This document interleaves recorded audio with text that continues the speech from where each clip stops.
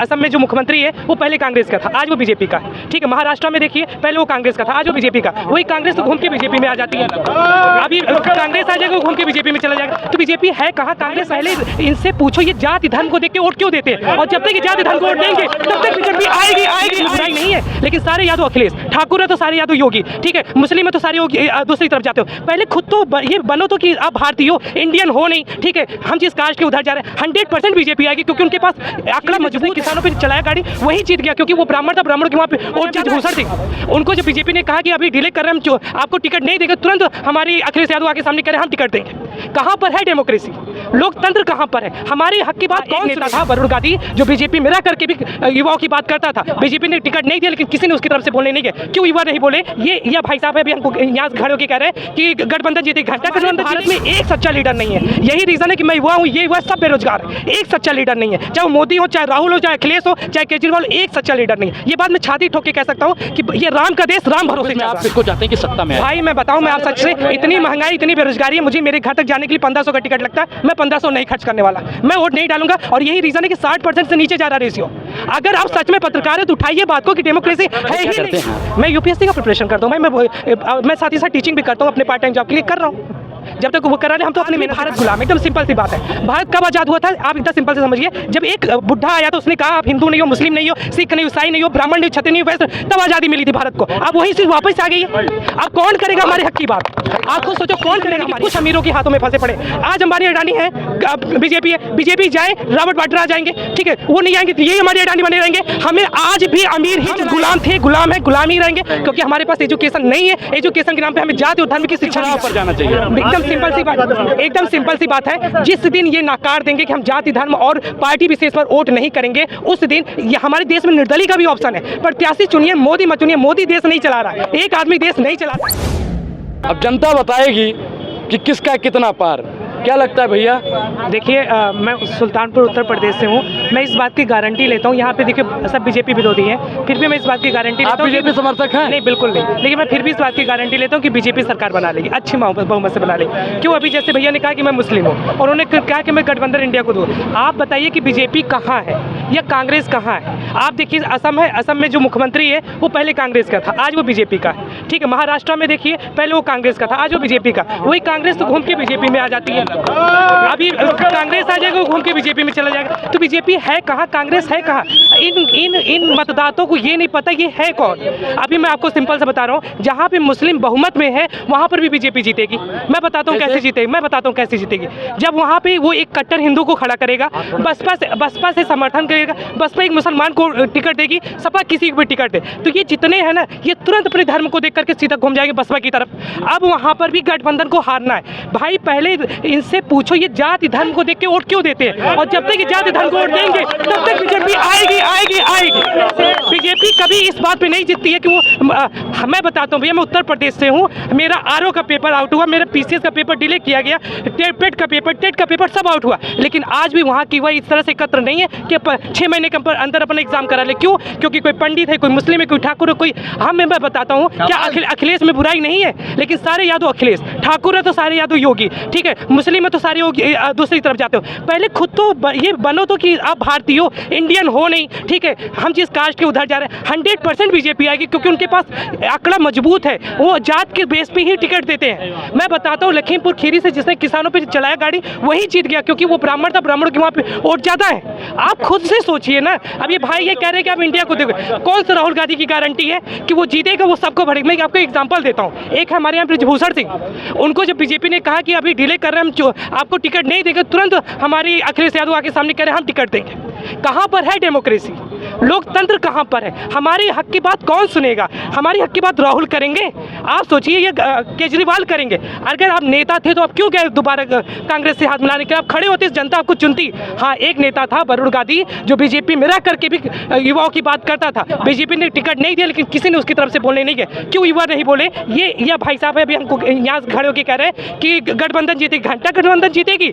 अरे भाई उसमें आपने खुद इतना डाइवर्सिटी फैला रखी है, कैसे जीत जाएगी गठबंधन? गठबंधन? हाँ बोलिए बोलिए। अभी कैसे जीत जाएगी गठबंधन? एक चीज आप ठीक, मैं बताता हूँ ये डेमोक्रेसी क्या है हमारे इंडिया में। अभी पहले मतदान पड़ा 60% पड़ा, गठबंधन के बावजूद भी एक डिस्ट्रिक्ट में 5 लोग कम से कम खड़े हैं, जो जीतेगा 21 से 22% पाएगा। अब यही सब हर डिस्ट्रिक्ट का रेशियो है। अब 21-22% वोट पाने वाला 100% का प्रतिनिधित्व कर रहा है। ये डेमोक्रेसी है इंडिया की।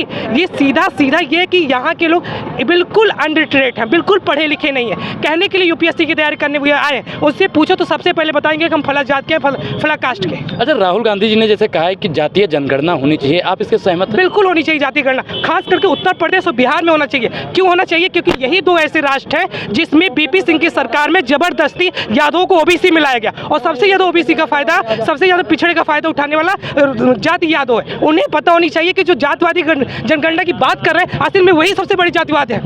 हमारे भारत में एक सच्चा लीडर नहीं है। यही रीजन है कि मैं युवा हूँ, ये युवा सब बेरोजगार है। एक सच्चा लीडर नहीं है, चाहे वो मोदी हो, चाहे राहुल हो, चाहे अखिलेश हो, चाहे केजरीवाल, एक सच्चा लीडर नहीं है। ये बात मैं छाती ठोक के कह सकता हूँ कि ये राम का देश राम भरोसे चल रहा है। नो लीडर्स, कोई लीडर नहीं है। ये भाई कोई भी जिसका भी उठा रहे हैं, आप उठा के देखिए। चाहते हैं कि अब आए सत्ता, देखिए 24 में आप किसको चाहते हैं कि सत्ता में आए? भाई मैं बताऊं, मैं आप सच से, इतनी महंगाई, इतनी बेरोजगारी है, मुझे मेरे घर तक जाने के लिए 1500 का टिकट लगता है। मैं 1500 नहीं खर्च करने वाला, मैं वोट नहीं डालूंगा। और यही रीजन है कि 60% से नीचे जा रहा रेशियो। अगर आप सच में पत्रकार है तो उठाइए बात को कि डेमोक्रेसी है ही नहीं। ये कह रहे हैं सपा बसपा कांग्रेस, कहां पर है सपा बसपा कांग्रेस? भाजपा में वही कांग्रेस पलट के आ जाता है 70%, कांग्रेस जाएगा उसमें पलट करके भाजपा आ जा रही है 70%। हमारे यहाँ तो मैं ऐसे लीडर की बात कर सकता हूँ कि जो 30-30, 25-25 साल से विधायक सांसद है, उनको पार्टियों से लेना देना ही नहीं। भाई क्या करते हैं आप? मैं यूपीएससी का प्रिपरेशन करता हूँ भाई। मैं साथ ही साथ टीचिंग भी करता हूँ, अपने पार्ट टाइम जॉब के लिए कर रहा हूँ।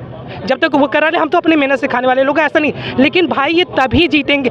देखो मैं आपको बताता हूँ भाई, आज भी भारत गुलाम है। एकदम सिंपल सी बात है। भारत कब आज़ाद हुआ था? आप एकदम सिंपल से समझिए। जब एक बुढ़ा आया तो उसने कहा आप हिंदू नहीं हो, मुस्लिम नहीं हो, सिख नहीं, ईसाई नहीं हो, ब्राह्मण नहीं, क्षत्रिय नहीं, वैश्य, तब आज़ादी मिली थी भारत को। अब वही सिर्फ वापस आ गई है।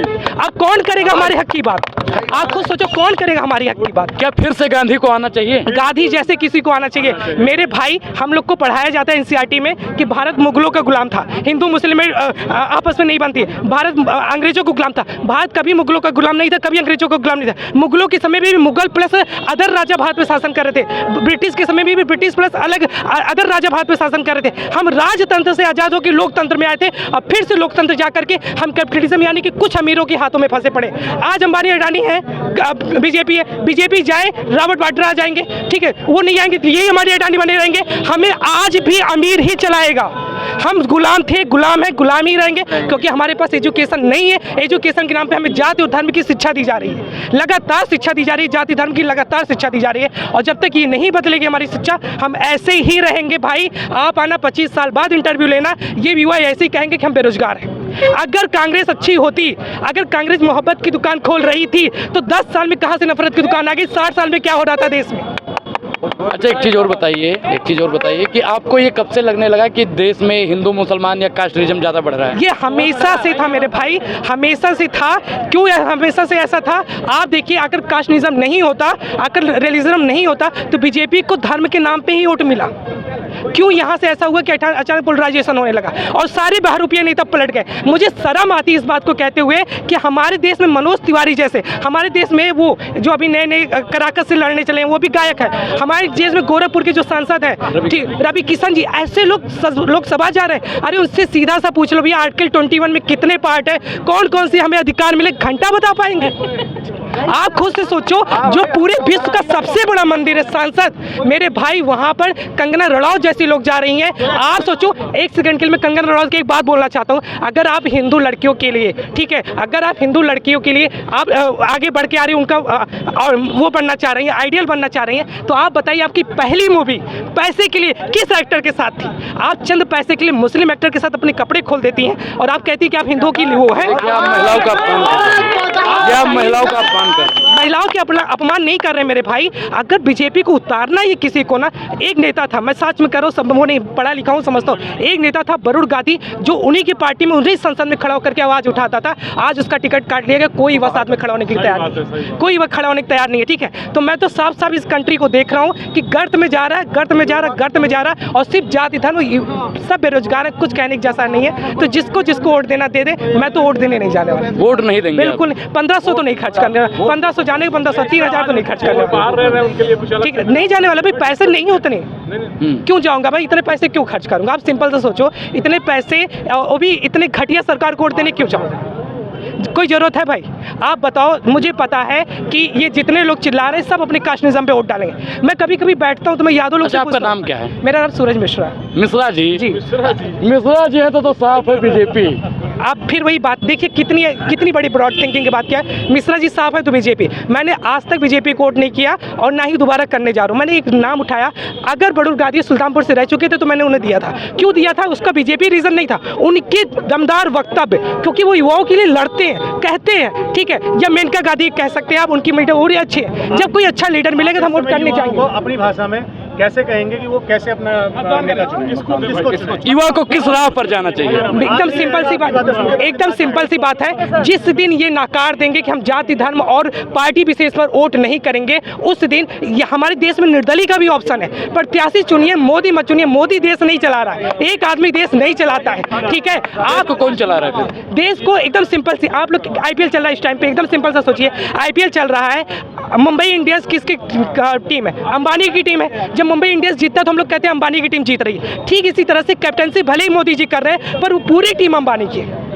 आप समझ रहे हैं? तो ये हमें कैपिटलिज्म ही चला रहे हैं, हमें अमीर लोग ही चला रहे हैं, हमें कोई मोदी और वो नहीं चलाने आ रहा है। अब आप सोचिए कि मुझे शर्म आती है ये कहते हो कि भारत में तो हिंदुओं को कोई लीडर है ही नहीं। वो हिंदुओं के नाम पे इतने करप्ट हैं, मैं उन सारी बातों को नहीं कह सकता कि वो बीप कंपनी से पैसा लिए हैं, वो केदारनाथ में सोने का घोटाला कर रहे हैं, वो क्या कर रहे हैं मैं वो सब नहीं कहने जा रहा, लेकिन इतना पता है कि भारत में लीडर है ही नहीं, जो सच्चाई है। आपने 10 मिनट में बहुत बड़ी बात कह दी, बहुत बहुत धन्यवाद। Thank you. पेड़ कटने के पीछे कोई किस्सा न होता अगर कुल्हाड़ी के पीछे लकड़ी का हिस्सा न होता। शुक्रिया, धन्यवाद। लकड़ी कटती गई और